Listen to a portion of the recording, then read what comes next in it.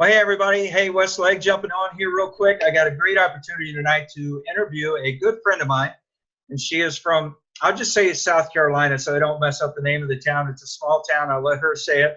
I'm going to introduce her here in just a minute, but former accountant, chief financial officer at a big major corporation, and she walked away from that job, and now she is on her first venture of becoming an author, and she'll be releasing her very first book this summer, and I'm excited to have the opportunity to talk to her, right? I get to talk to her first before the book comes out. It'll be a New York Times bestseller, but I'm going to bring her on. She goes by Krazy Kat Mack. It's actually Kathy Lynn Mack, but we're going to call her Krazy Kat because that's what she is. So, Kat, thanks for coming on and allowing me to interview you. Tell everybody a little bit about yourself, where you're from, and what you're doing now, because you're obviously not in North Carolina. You got palm trees behind you. I am. Oh, thank you so much, Wes, for having me. It's such an honor. I always love spending time with you. And yeah, I was born Kathy Lynn. I always went by Lynn in my accounting job for whatever reason. That's what my mom called me. But I like the name Kat and used it for skydiving for a long time. And the reason for Krazy, and it's crazy with a K, is because I spent a lot of my life frozen in fear. Did everything I was told to do, made the grades, got the jobs, but I was really unhappy, and I realized that it was this fear of what people thought. So it's go be crazy, crazy with a K, have fun, be yourself, be the unique, amazing person that God created us to be, and not worry about fear, because as you know, because you're working on fear doesn't really exist. It's a thought in your mind about what might an outcome that might happen in the future. So it's stupid that I spent so much time letting that keep me stuck. But I'm in Miami at my brother's house. So thankfully, now that I was able to retire from my accounting job, my brother we had a medical emergency, and I had to rush down about a week ago. So I'm here helping his kids get the house ready for sale. And it's been a real blessing to be able to be here and to be helpful. And the weather's not too bad either. Yeah, it's not too bad as I'm sitting in snow and ice. But so, Kat, you walked away from an accounting job. I'm sure you were an accountant, I'm going to say 20 some years, right? Yes, 22 right. years. 22 years. And you mentioned you're a skydiving fanatic. And I know that personally. I've heard all of your stories about being a skydiver. Why write a book? What's in it? I mean, what's the purpose of the book? Sure. So I started skydiving, I guess, about 10 years ago, and it was to balance myself out. I had gotten really boring because I lived in this fear of what people thought and put all of my energy into building what I call the mental muscle. So get smarter and better at accounting. It's all I would talk about. And I was out to dinner with my friends, and they were like, "You seriously need to get a life. You're so boring." And so I even though I'm scared of heights, I went on my first skydive about 10 years ago as a dare and fell in love with it. So it was the only thing for a long time that I did that where I didn't think about work. So I would work really hard all week, and I called it the life zombie effect, where, get up in the morning, drink coffee on the way to work, drink coffee all day to try to stay awake, to work late, to take work home, to drink red wine at night so I could actually relax, right? Drink red wine while I'm working, and then eventually go to sleep and get up and rinse and repeat. And on the weekends, I would jump out of a plane, and I did that for a really long time. And one day I woke up and looked in the mirror, and I was like, who are you and how did you get here? Like, I really was like, how did I end up? I've done everything I was told to do, and I'm not happy. I'm really unhappy. And I started coaching about 2 years ago. And my coach was great because he explained and got me to thinking about the fact that we usually go and build the physical muscle. We'll train and we'll work out and do whatever we want to more than we do. And some of us know about the mental muscle, which is get your brain ready for work. But a lot of people don't think about the fact that we also have an emotional muscle and a spiritual muscle. And that if you allow those to atrophy, as I had done, that you're not a whole person, and that you've got this really big mental muscle, but there's no roots, which is your spiritual roots, to hold it. in place and to hold you, hold your emotions from going all over the place. So I would be really emotional, super happy one day, excited, lots of energy because I worked out or I finished something at work. And then the next day wake up and, you know how you wake up on the wrong side of the bed? That's really just head clutter bumping out and telling you you're not good enough, you're not worthy enough, you didn't get enough done, whatever, all this nastiness that we do to ourselves. And then I would be like, in this just constant loop of, hey, I got a bunch done. No, you know what I mean? Right, And right. that started the journey. And I want to help other people because there's a lot of life zombies out there. I used to work with a bunch of them. You can see them in the store. I mean, you can walk into any Walmart and you can see life zombies all around. They just are, doing the thing that we've been told to do and trained to do our whole lives. So Well, that's what you're so right on about, the zombie thing, because most people, what people don't realize, and, I've got my own coaching thing that I'm doing too, but your brain is a record of your past. And if you're not doing anything to build that brain muscle or add to it, how can you expect to get a different result tomorrow?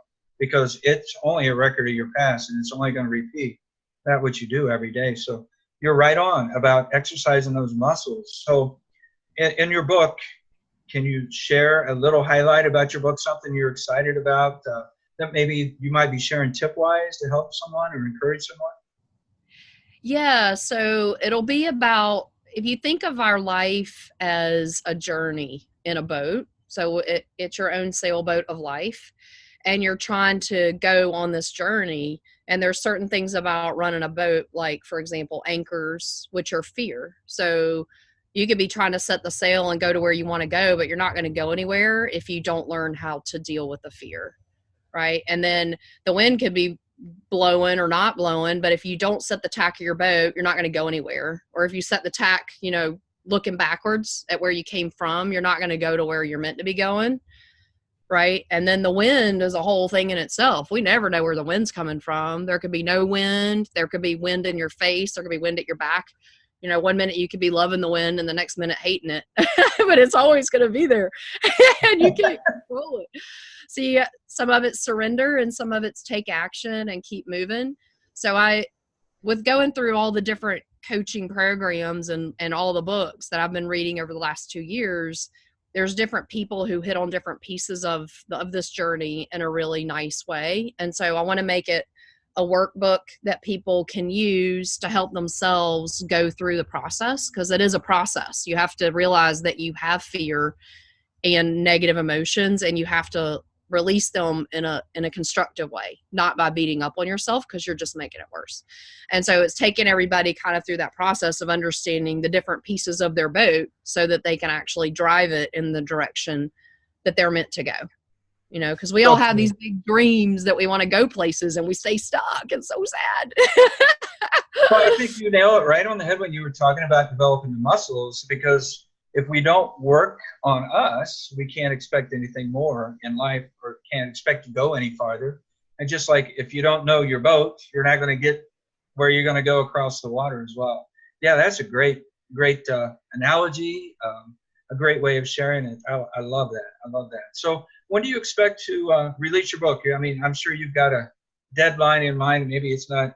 You're an accountant, so I know deadlines. You got right. Well, I'd love to say I could be done in 2 weeks, but I'm always super aggressive with the timeline. It's realistically, it's probably early summer. That's what I'm aiming for.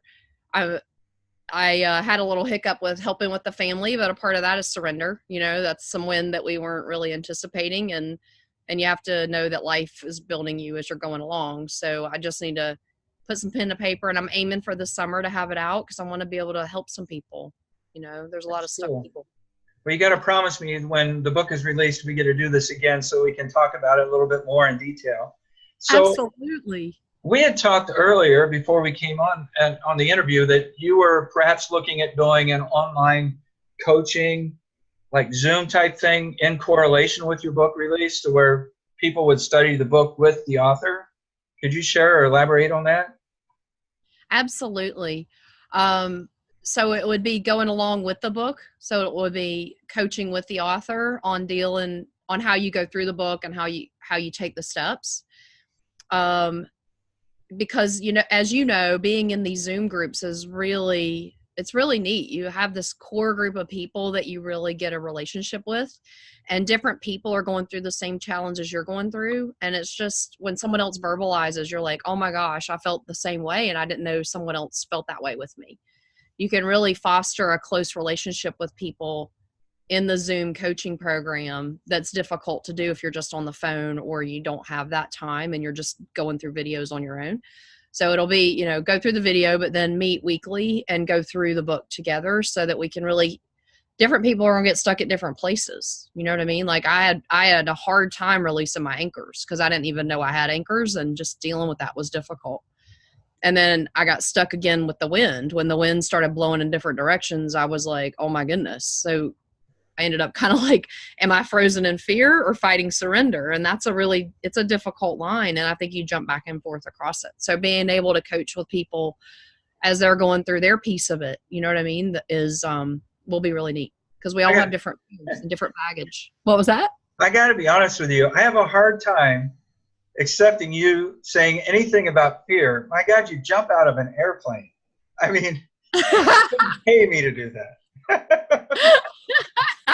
No, yeah, that was a mess. That's incredible. So I'm really looking forward. Have you got a title for the book? I mean, maybe it's presumptive or too early to ask what that might be. Yeah, I've known the title before I actually knew what it was going to be about, believe it or not, but it's called Awkward is Beautiful. And that's because anytime you learn something new, think about the first time you rode a bike, that feels awkward, right? But then once you get over it, it feels so beautiful to have learned something new. So awkward becomes beautiful. And that's what life is really about. You know, we're learning something new. So you've got to embrace, we spend so much time trying to not feel awkward in front of our friends, feel awkward to ourselves, feel awkward at anything. But really that's the only time learning occurs. And I'll tell you, when I first started skydiving, I was awful. I was the least likely student. I was scared to death of heights. I didn't want to leave the airplane because I have vertigo. And so I would dive out and flip. And now I can go out linked up with my friends and do these perfectly executed skydives, are perfect for me, you know, and it's just pushing through that awkward and doing it and going, wow, I'm really cool.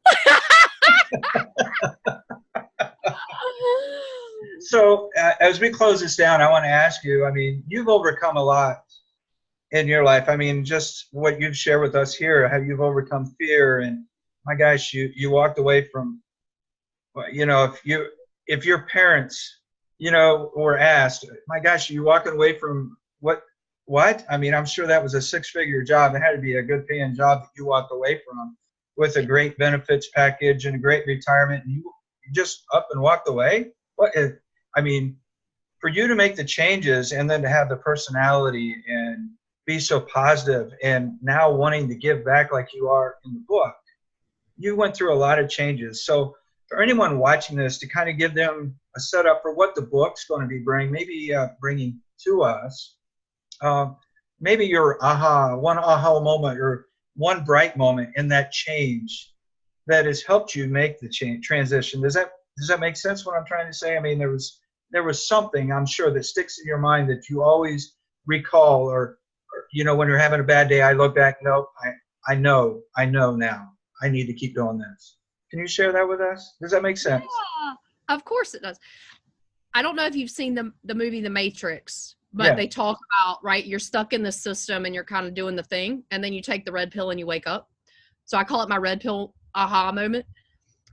I was at a conference and there was a chiropractor who was talking about how he was asked about a different type of job. So it was a health and wellness business that you would run out of your house. But here he was, a chiropractor making $300,000, $400,000 a year.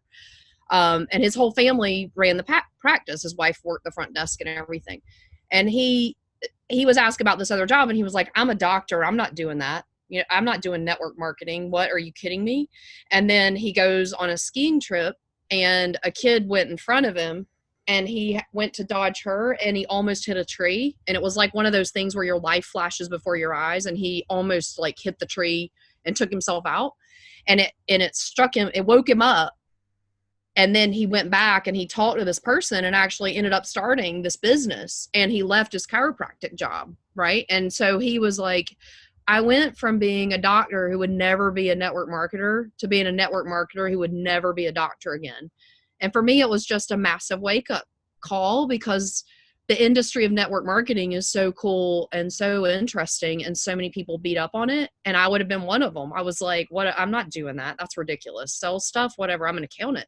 But it kind of woke me up, and I was like, you know what? No one's above helping other people. And these people are actually happy, Mac, and you're not. You know what I mean? So you need to do something different, you know? And so that was the day I took the red pill, I call it. And after that, I signed up for coaching, and it's been a journey, and not every day is perfect. You know, some days you start, I call it that onion of negativity that's built up in your stomach over time. And some days you peel through the layer and you start crying, and you're like, not sure. You're like, wow, did I do the right thing? Like, maybe I should just put a Band-Aid back on it and go back to work. You know what I mean? But the thing is, what I realized is that you're just going through yourself, right? It's your own junk. And when you go back through it, that's all you have to fear, is just fear itself, and just go through it. And when you do, then you realize how amazing it is. And awkward really is beautiful.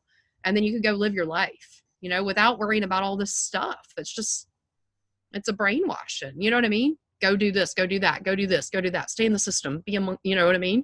And it's not, life's so much more. Wow. Wow. That's good stuff. You know, I'm going to close it out real quick. I say, Kat, it's a pleasure to interview you. We met, by the way, in a Zoom training, a collaboration type thing, like you mentioned before. And we've never met personally, but I feel like I've known you all my life. I find you very inspiring. I love your post on Facebook, and I look forward to Awkward is Beautiful, right? Yes. The name of the book? I can't wait to see it. I hope you have it out by June 1st, right? Yes, for sure. Okay. Otherwise, Thanks a lot. Thanks a lot. Enjoy your time in Florida. Enjoy the warm weather. Thank you. I have a good day. So much. Bye-bye.